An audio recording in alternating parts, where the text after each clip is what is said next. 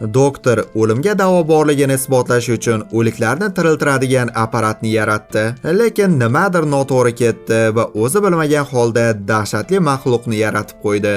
Agar ismingiz keyingi videoda chiqishini xohlasangiz, hoziroq kommentariyada yozib qoldiring.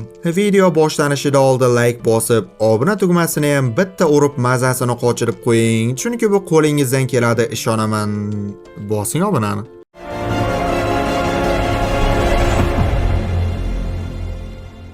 Filmni to'lig'ini ko'rishni xohlasangiz, kommentariyadagi havolaga o'ting. 1857-yil Shimoliy qutb bir kema muz orasida tiqilib qoldi. Kapitan Anderson ekipajiga kemani ozod qilish uchun muzlarni sindirishni buyuradi. Bir necha soatdan keyin kemaning shifokori uzoqdan alangani ko'rdi va kapitan bilan tekshirishga chiqdi. Ular muz ustida qon izlariga duch kelib, yaralangan bir erkakni, ya'ni Viktorni topishadi. Uni qutqarishga harakat qilishayotganda yaqin joydan dahshatli g'urillash eshitilmoqda. Hamma qo'rqib ketdi va Viktorni kemaga olib borishadi. Shu payt ularga dahshatli maxluq yaqinlashdi. Odamlar o'q otishadi, ammo o'q unga ta'sir qilmayapti.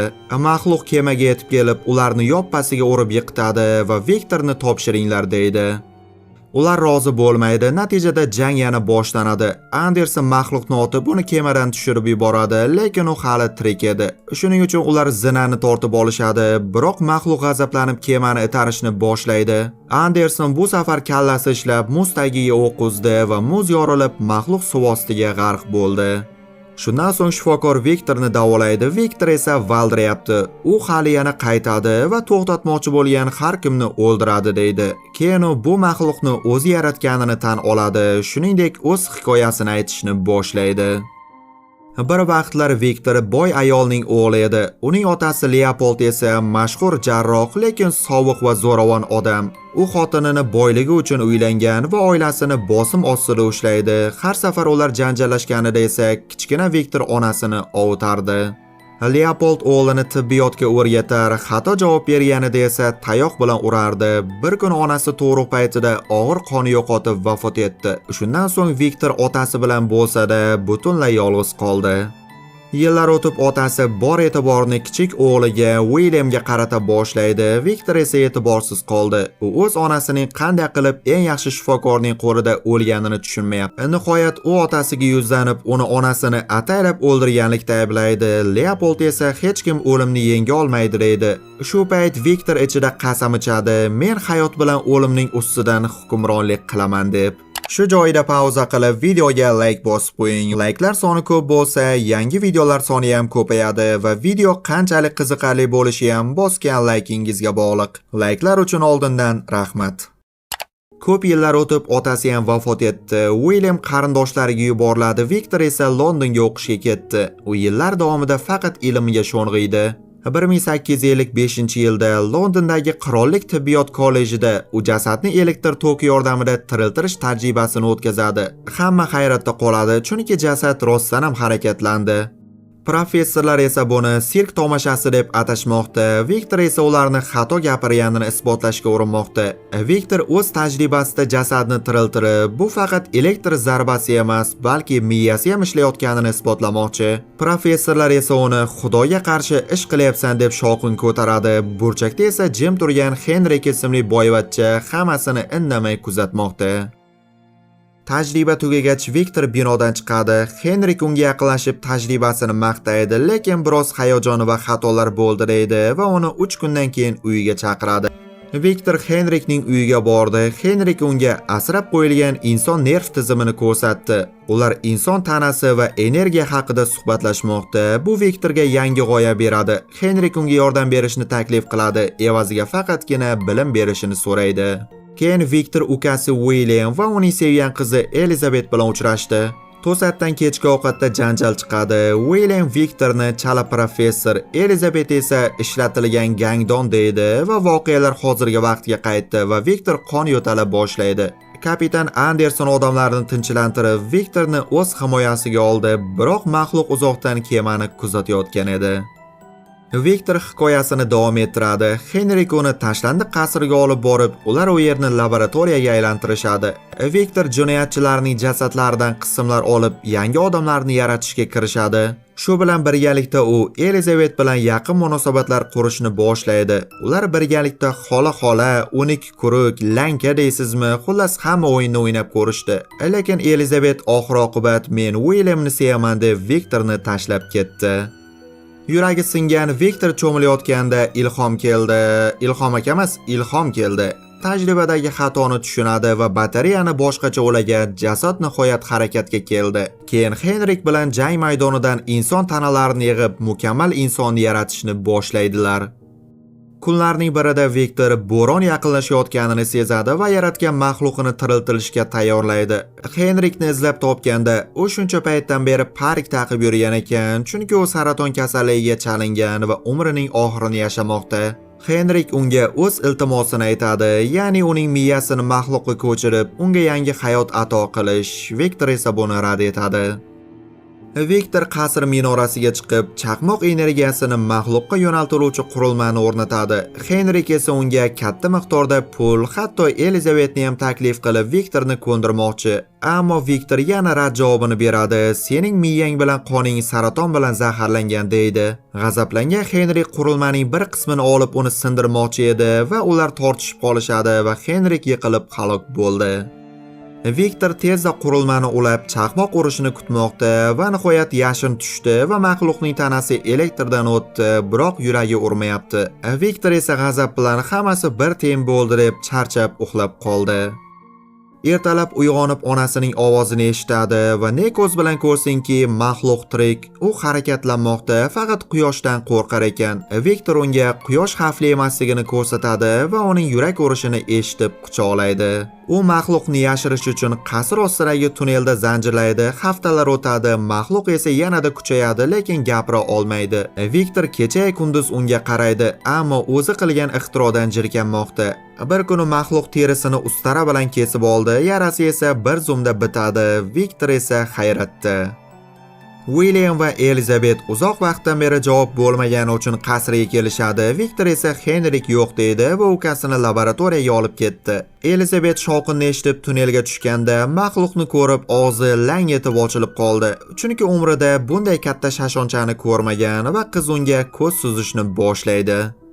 So'ngra Viktorni topib undan javob talab qiladi. Viktor esa ularni tunnelga olib borib, uni men yaratdim deydi. Maxluq Elizabetning tushib qolgan qo'lqobini qaytaradi. Demak, unda ham yurak bor. U kechasi barglarni suvga tashlab o'yin o'ynamoqda. Elizabet esa u bilan xola-xola o'ynagisi kelib qoldi va unga ismini aytishni o'rgatdi. U ketgach, maxluq nihoyat uning ismini aytdi. Viktor esa buni ko'rib Elizabetga baqiradi. Ammo ayol unga qarab, sen ilmiy tajriba emas, Xudoning ishiga aralashyapsan deydi. G'azablangan Viktor tunnelga tushib, maxluqni o'ziga bo'ysuntirmoqchi bo'ladi. U gapga kirmaganda esa Viktor uni tayoq bilan uradi, xuddi zolim otasi kabi. Maxluq temir tayoqni xuddi xamir yoyganda yoyib tashlaydi va Viktorning nomini qaytarmoqda. Professor esa uning g'azabini ko'rib, ishtoniga chichib qo'ydi derdim-u, lekin ishtoni yo'q ekanda. Ertasi kuni Viktor ukasi Williamga maxluq xavfli ekanini aytib, Henrikning o'lik tanasini ko'rsatdi. Buni maxluq o'ldirgan deb. Williamdan Elizabetni olib xavfsiz joyga ketishini so'raydi. O'zi esa laboratoriyani benzin sepib yoqib yubordi.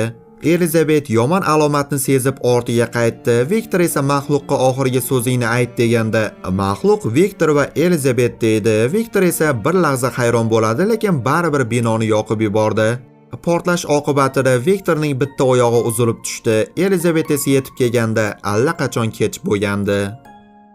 Voqealar hozirgi vaqtiga qaytdi. Anderson tashqaridan qichqiriqlarni eshitmoqda. Maxluq unga hujum qiladi. Viktor uni to'xtatishini so'raydi, lekin maxluq o'z hikoyasini aytishga qaror qiladi. Ma'lum bo'lishicha, yong'in paytida maxluq zanjirlarni uzib, tunnel orqali qochgan va okeanga tushgan ekan. U qirg'oqqa chiqib o'rmonga kirib, Viktordan qolgan kiyimlarni kiygan. Ovchilar esa uni ko'rib otishadi, lekin u tirik qolib fermaga yashiringan. Ertasi kuni ko'zi ojiz chol va kichik qizaloqni eshitadi va ularni kuzatib gaplashishni o'rganadi va ularning mehribonligidan ta'sirlanadi. Maxluq ularga yashirincha yordam beradi, o'tin tashiydi, to'siqlarni tuzatadi. Ular esa bu ishlarni o'rmon ruhi qilgan deb o'ylaydi. Bo'rilar fermaga hujum qilganda esa maxluq ularni bo'rilardan himoya qilardi. Qishda qizaloqning oilasi ketadi, ko'r chol esa yolg'iz qoldi. Maxluq u bilan tanishadi, chol uni mehmon qilib do'stim deb ataydi. Ular bir necha kun birga yurishadi, o'qishadi. Maxluq esa ilk bor inson mehrini his qiladi. Maxluq ko'plab kitoblar o'qiydi, ammo qirg'oqqa chiqishdan oldingi hayotini umuman eslolmaydi. Ba'zida u Viktor degan odamni tushida ko'rardi. Ko'r chol esa unga tushidagi voqealarni eslashni maslahat beradi. Maxluq xarobalarni topib, Viktorning yozuvlari va suratlarini qo'lga kiritdi hamda o'z kelib chiqishi haqida bilib oldi. Ferma tomon qaytganda esa uyni bo'rilar bosib olgan. U ularni o'ldiradi, lekin ko'rchol allaqachon og'ir yaralangan va jon beradi. Ovchilar qaytib kelib maxluqni cholni o'ldirgan deb o'qqa tutishadi. U yiqiladi, ammo tezda yaralari bitadi va abadiy yashashini tushunadi. U endi o'ziga o'xshagan abadiy yashaydigan umr yo'ldosh yaratishni istaydi. Bu paytda Viktor protez oyog'i bilan yashamoqda va vijdon azobida qiynalmoqda. Ukasi Williamning to'yida Elizabetni tabriklash uchun bordi, ammo qiz Viktorni ko'rishga toqat qilmasdan uni haydab yuboradi.